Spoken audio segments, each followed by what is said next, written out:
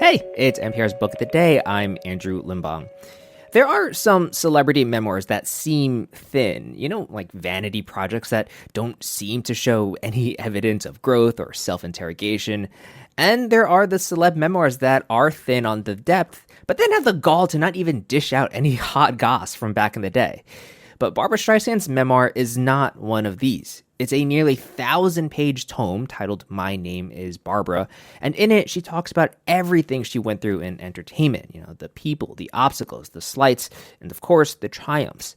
She talked to NPR's Brittany, Luse, host of It's Been a Minute, and there's a moment in this interview where they take a minute to sit on this idea of control, right? That although she was famous, she was Streisand after all, she still sought control.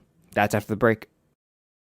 This message comes from NPR sponsor FX's Fargo. The thrilling new chapter stars Juno Temple, John Hamm, and Jennifer Jason Leigh. The Emmy Award-winning series from creator Noah Hawley has been called one of the most consistently great shows of the past decade. FX's Fargo premieres November 21st on FX. Stream on Hulu. This message comes from NPR sponsor Autograph Collection, part of Marriott Bonvoy. Each of the almost 300 independent hotels in the Autograph Collection are designed to be exactly like nothing else. Visit autographcollection.com to find something unforgettable. Barbra Streisand and NPR's Brittany Luse start off their conversation talking about Yentl, the 1983 musical Streisand starred in and directed. And Streisand put in work to get this movie made, 15 years worth of work. And one of the reasons it was so difficult was that she had studio suits telling her that the story was too Jewish for the mainstream. Here's Brittany. Was it infuriating to you at the time? Like, were you ever insulted?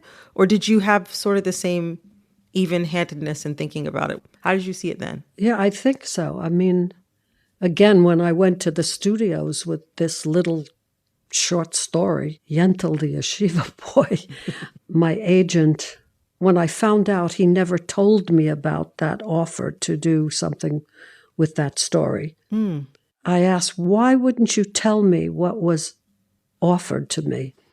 Well, he says, you just played a Jewish girl in Funny Girl, and so you don't want to play a Jewish boy, do you? That kind of thing. It was like, but that's not for you to tell me. Right. The story interested me because it was about gender inequality, that a woman couldn't study. You know what that feeling is, to be you. You became what you wanted to be. Mm-hmm. I became what I wanted to be. But I don't want somebody telling me what I can't be.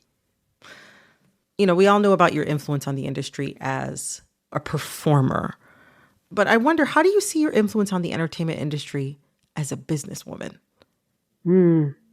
I don't think I do, really. How do you mean? It was only sort of expressions of, I just never thought about really the business aspect. I just thought about it from the control aspect. That is something that came up again and again and again in the book. I think the end of one chapter just said, right. I have to be in control. The director. That's right. The first time I got a contract, again, I wanted to be an actress, so it didn't matter to me if I got a record contract to sing. My manager, Marty Ehrlichman, who became my manager when I was 19, and, he brought Columbia Records down to see me, and they wanted to sign me. I said to Marty, I don't care what I get paid. I just want to be able to control my work. What songs I sing. What's the cover of the album look like? At the time, what is that, 60 years ago, I think? They were suggesting I call my album Sweet and Saucy Streisand. I'm sorry. But I wanted to control that. And I got that. I was able to call my album the Barbra Streisand album because I said that's what it is. And so I was able to have that, you see? That's what was important to me. It's control. Control of my work. You say all this about control. I wonder, do you see this book as a form of control over your legacy? Yes. Like something like the ultimate director's cut of your life? Very well said. Very well put. Yeah, it is. I got one more question I want to ask you. There is this a 1991 interview. Yep. On 60 Minutes. I was rewatching it recently. And there's this moment in the conversation where you look back on your performance with Judy Garland on TV in 1963. Forget your trouble, happy day. And you're remembering how surprised you were that Judy's hands were shaking with nerves when she held your hand. And you said that you didn't understand her fear at the time. But in 91, at 48, you understood Judy was afraid of falling out of public favor, of being forgotten, becoming obsolete. Like everybody's ready to say she's going downhill or her career's over, or they want it to be over. Not the public, mind you. And you seem to be processing and understanding Judy's perspective and that fear at the time in that interview in 1991. But now you're 81 and your book doesn't have any of that anxiety. Really? You seem pleased with your life. Why do you think it took me so long to write it? 10 years. Because I have that same anxiety. You know, I do. I understand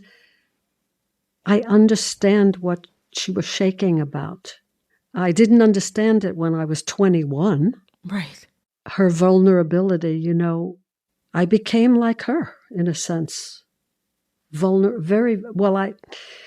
mean you became vulnerable in that way over time? Over time, more vulnerable even than I was, yeah. You know, the fear of forgetting the words, not being able to sing till there was such a thing as teleprompters. The fear of letting down the audience. Was I good enough? Was my voice good enough? I just had to do concerts because I had to pay the rent. Right. I wonder, though, like, you know, your book, you seem so pleased with your life. I wonder what shifted between 48 and 81. I'm trying to get some secrets, some advice, what's to come. Like, what change within you happened between those 2 points in time that got you to the point where you feel this contentment and you were ready to look back in this way? Yeah. I wasn't ready for the longest time. I thought I had more to do. But then I came to a point where I think what I did was enough. And then you say, you know, okay, let me just live my life. Let me see what that is, you know? Well, Ms. Streisand, thank you so much for joining me today. It was a pleasure to have you. And thank you. I really appreciate you. Over 20,000 listeners joined our Body Electric project to try and make our screen-filled lives healthier. Listeners like Dana Miley. I truly believe that this change of a lifestyle is hopefully a game changer for me. Did it work? Join me, Manoush Zomorodi, for the finale of NPR's 6-part special series, Body Electric. Listen in the TED Radio Hour feed wherever you get your podcasts. Support for NPR and the following message come from Rosetta Stone, the perfect app to achieve your language learning goals no matter how busy your schedule gets. It's designed to maximize study time with immersive 10-minute lessons and audio practice for your commute. Plus, tailor your learning plan for specific objectives like travel. This holiday season, get Rosetta Stone's lifetime membership for 50% off and unlimited access to 25 language courses. Learn more at rosettastone.com/NPR.